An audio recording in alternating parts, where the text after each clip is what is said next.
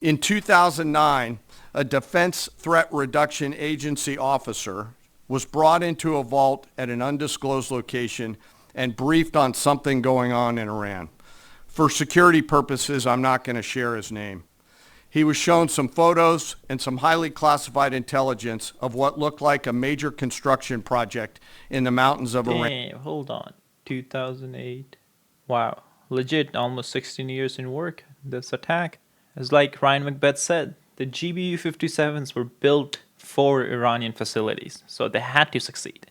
We built them for this. It's like in baseball, getting a pitcher to win a playoff game and then he like chokes that playoff game. That was your only job. He was tasked to study this facility, work with the intelligence community to understand it, and he was soon joined by an additional teammate. For more than 15 years, this officer and his teammate lived and breathed this single target, Fordo, a critical element of Iran's covert nuclear weapons program. He studied the geology. He watched the Iranians dig it out. He watched the construction, the weather, that's the just discard. Impressive. Someone doing something for 15 years and then like paying off. Like I can't imagine the satisfaction that person or that team is feeling.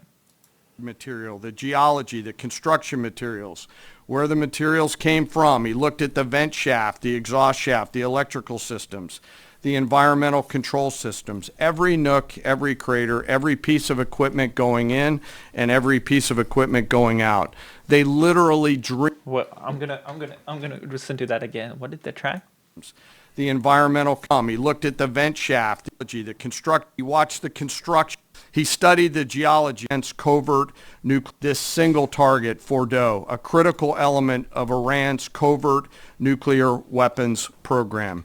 He studied the geology. He watched the Iranians dig it out. He watched the construction, the weather, the discard material, the geology, the construction materials, where the materials came from. He looked at the vent shaft, the exhaust shaft, the electrical systems, the environmental control systems, every nook, every crater, every piece of equipment going in and every piece of equipment going out. They literally dreamed about this target at night when they slept. They thought about it driving back and forth to work, and they knew from the very first days what this was for. You do not build a multi-layered underground bunker complex with centrifuges and other equipment in a mountain for any peaceful purpose. They weren't able to discuss this with their family. That's what we've been saying for all this time. And it's also insane how much obsession they had. It's crazy. I can't imagine the satisfaction after the strike. Their wives, their kids, their friends, but they just kept grinding it out. And along the way, they realized we did not have a weapon that could adequately strike and kill this target. So they began a journey to work with industry and other tacticians to develop the GBU-57. They tested it over and over again. Because I had some people text me that this briefing was not interesting at all. This is insane what he's sharing. Someone or a team worked on this for 15 years. The amount of obsession they had. When you're dreaming about something, like, there's no obsession, I think, that gets higher than that. That's an insane obsession. Again, tried different options, tried more after that. And that's basically how you become best in the world in anything, right? That's why the US military is so ahead. This is just like one team. We probably have like thousands of teams working on thousands of different projects where they're like the leading expert on that thing already, and they're trying to push the boundaries by just like working relentlessly. Unhealthy amount of obsession. With that kind of mindset, you could probably succeed in anything, and they chose to do that for the country. That's like very respectable, impressive. Accomplished hundreds of test shots and dropped many full-scale weapons against extremely realistic targets for a single purpose: kill this target at the time and place of our nation's choosing.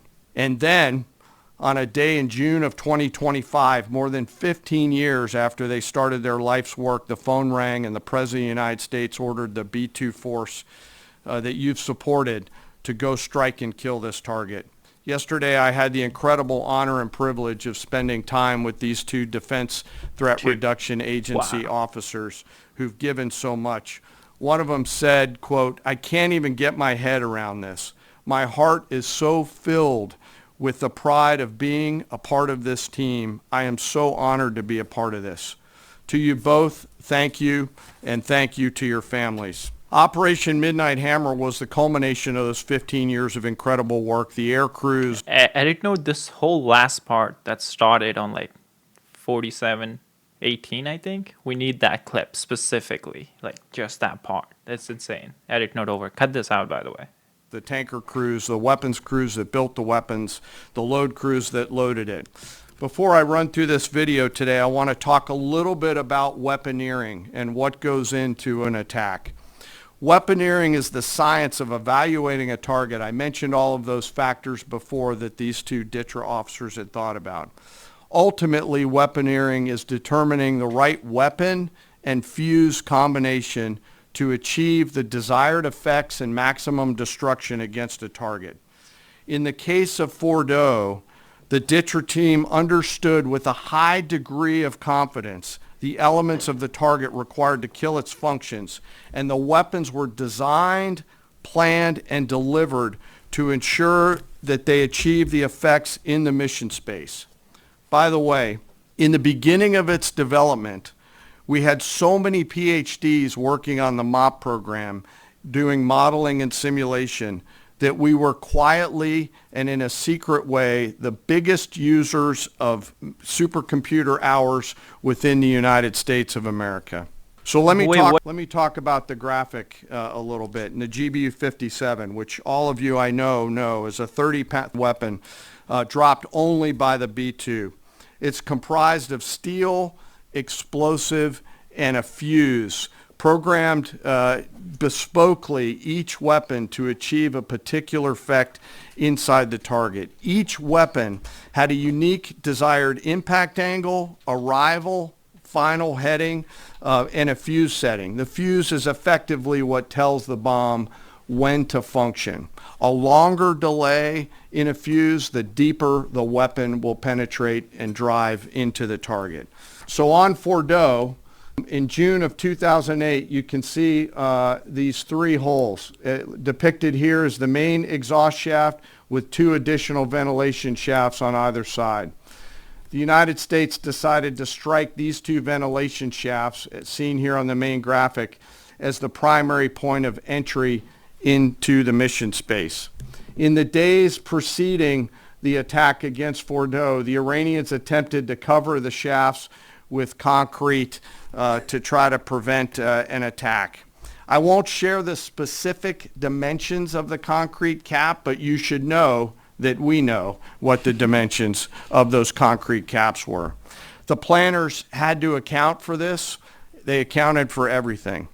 The cap was forcibly removed by the first weapon, and the main shaft was uncovered. Weapons 2, 3, 4, 5 were tasked to enter the main shaft, move down into the complex at greater than 1,000 feet per second, and explode in the mission space. Weapon number 6 was designed on each side, so there were 6 on each side. Okay.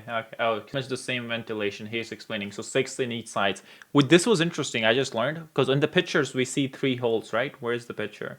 I don't know where the picture. Oh, he doesn't have the picture, but the satellite image we see 3 holes on each side. Well, every hole 2 GBUs went in, so each plane just targeted one specific area, and that's where he dropped, or it dropped. It's a GBU.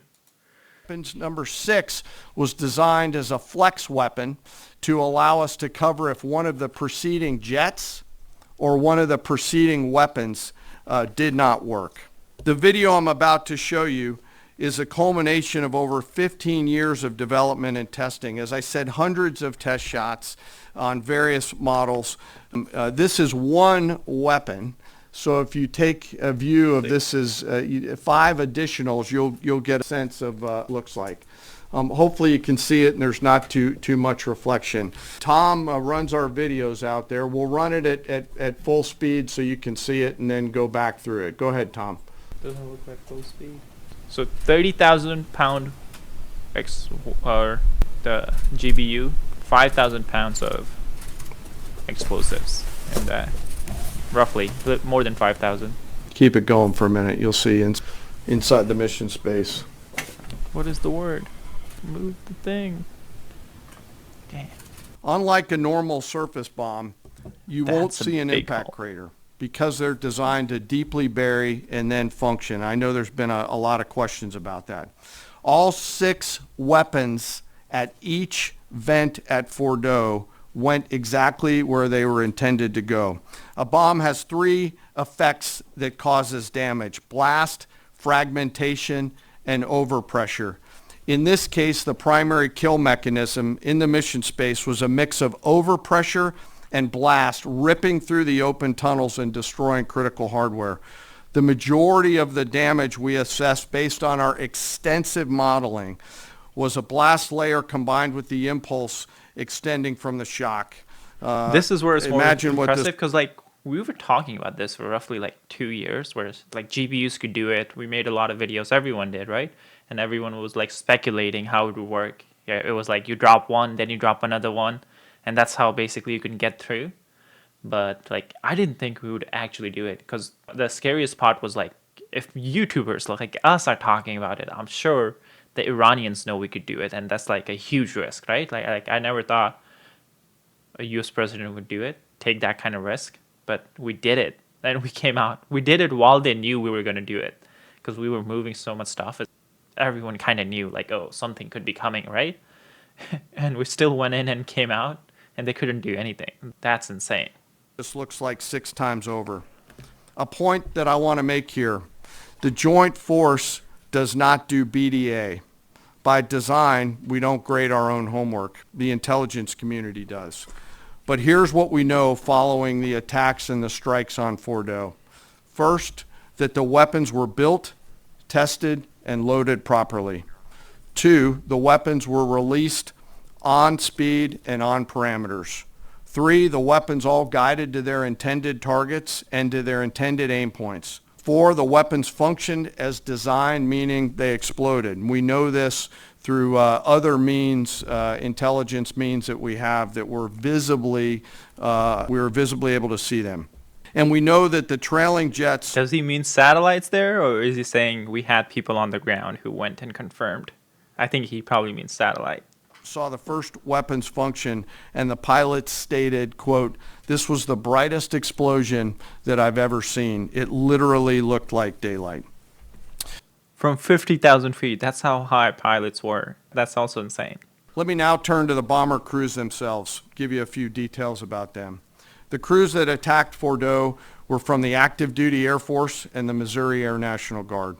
The crews ranked from captain to colonel, and most were graduates of the Air Force Weapons School headquartered at Nellis Air Force Base in Nevada.